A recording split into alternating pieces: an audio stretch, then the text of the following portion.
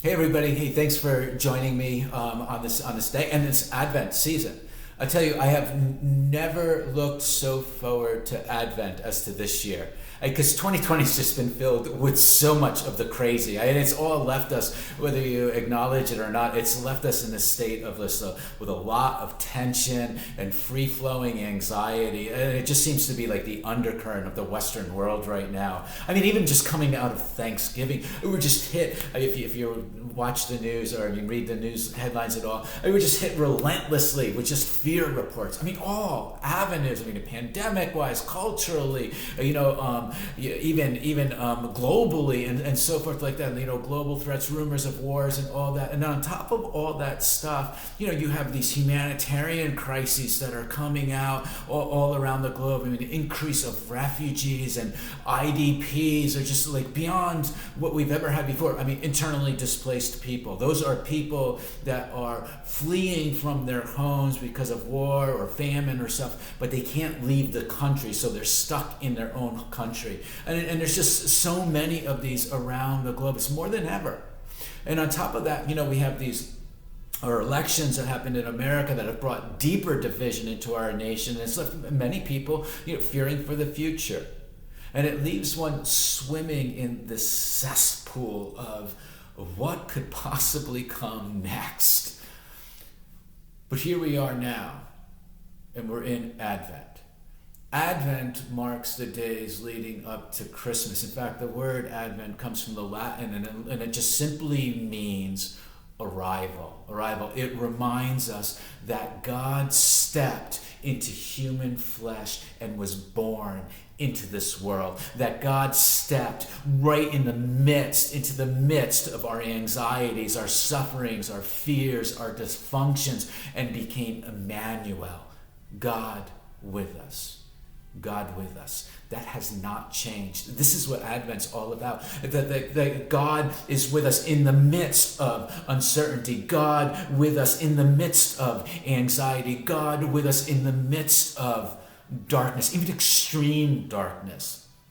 Look, Christmas is going to be different this year. Like, we have no idea what it's going to be like. I mean, is there going to be a lockdown again? Is there not going to be one? Are we going to be able to celebrate it with others? Are we going to be able to have family and friends over or go over there? Is there going to be a run on toilet paper again? And it could feel like this pandemic that we've been going through for the last 9 months is an extreme oppressor, even violent, right? Just spreading fear and intimidation everywhere. Look, it's real. Like, we get that part of it. But it creates this anxious level of just uncertainty, and it shrouds things in darkness.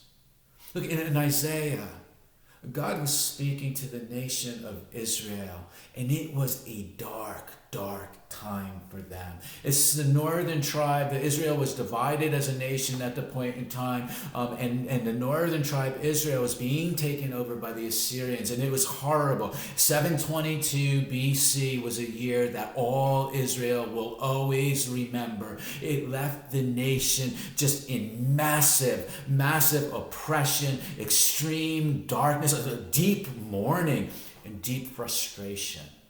It was a time where people began to just look within. They became introverted. It was just anything that they could do to just protect self. And you can read about the accounts of that in the scripture. Assyria is a very real threat and oppressor, just like COVID is a very real threat and oppressor. And then on top of that oppression, you had the anxieties that go along with it, the darkness, the food and job insecurities, and the overall just sense of dread. And it was into that time that God spoke through Isaiah to the nation of Israel. This is what God said. I'm going to read it from the New Living Version.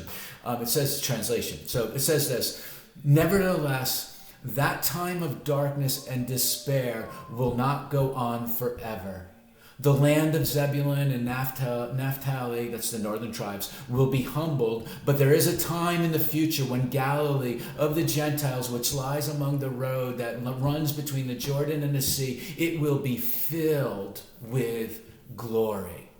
Did you hear that? It's going to be filled with glory. The people who walk in darkness are going to see a great light. For those who live in a land of deep darkness, a light will shine. You will enlarge the nation of Israel, and its people will rejoice. They will rejoice before you as a people rejoice at the harvest, and like warriors dividing the splendor.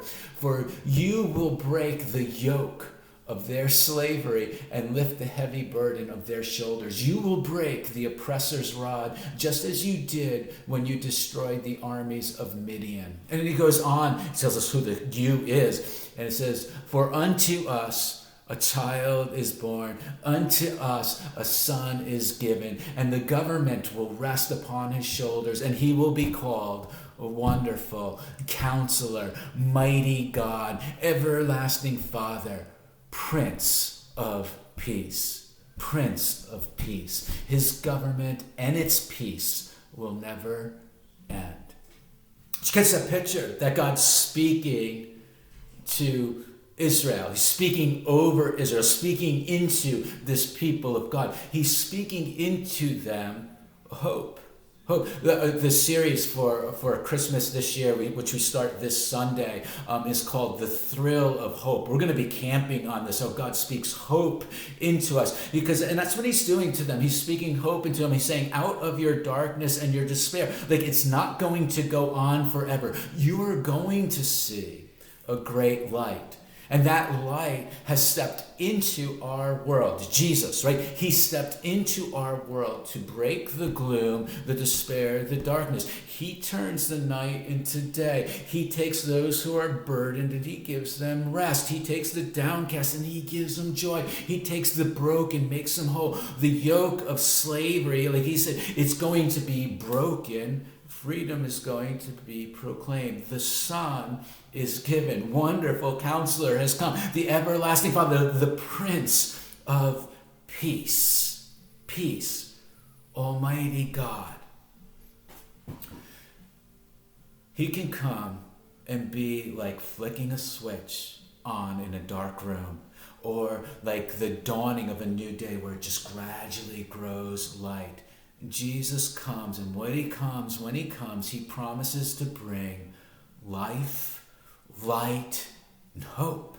And along with that comes joy, right? Because those things just equal into joy. So let's get practical about this stuff, because, the fact is that Jesus' first advent, right? The first advent, most missed him. I mean, where was everybody? You read about the events of his life, you go, where was everybody? The long-awaited one is here, and all these people, they're stuck in their darkness, their despair, their anxiety, and yet Jesus is here. He's here. Well, what happened? People didn't make room for him. They're just stuck and they're hurried. They didn't stop. So let's be a people that stop. Let's try this out. This is a suggestion for you. You don't have to try it. You don't have to do it, but why not? Why not just try this? Add to your day's rhythm some time of silence. Again, most missed the first Advent simply because they were so hurried. So let's stop being hurried. Let's make room for Jesus, and let's not have our lives too full. Because even if you're in lockdown or you're self-isolating, that doesn't mean you've made room for Jesus, right? I mean, in fact, in that space, you could be more hurried than ever before. You could go from one anxious thought to another anxious thought, like you scroll through, like a news source, the headlines on a news source. And so try doing this, adding into your rhythm for Advent, silence. Just be quiet before God. Just sit in his presence and be still. Like Samuel of old, like when the Lord was calling out to Samuel, Samuel said, "Speak, Lord, for your servant is listening." Why don't you try that?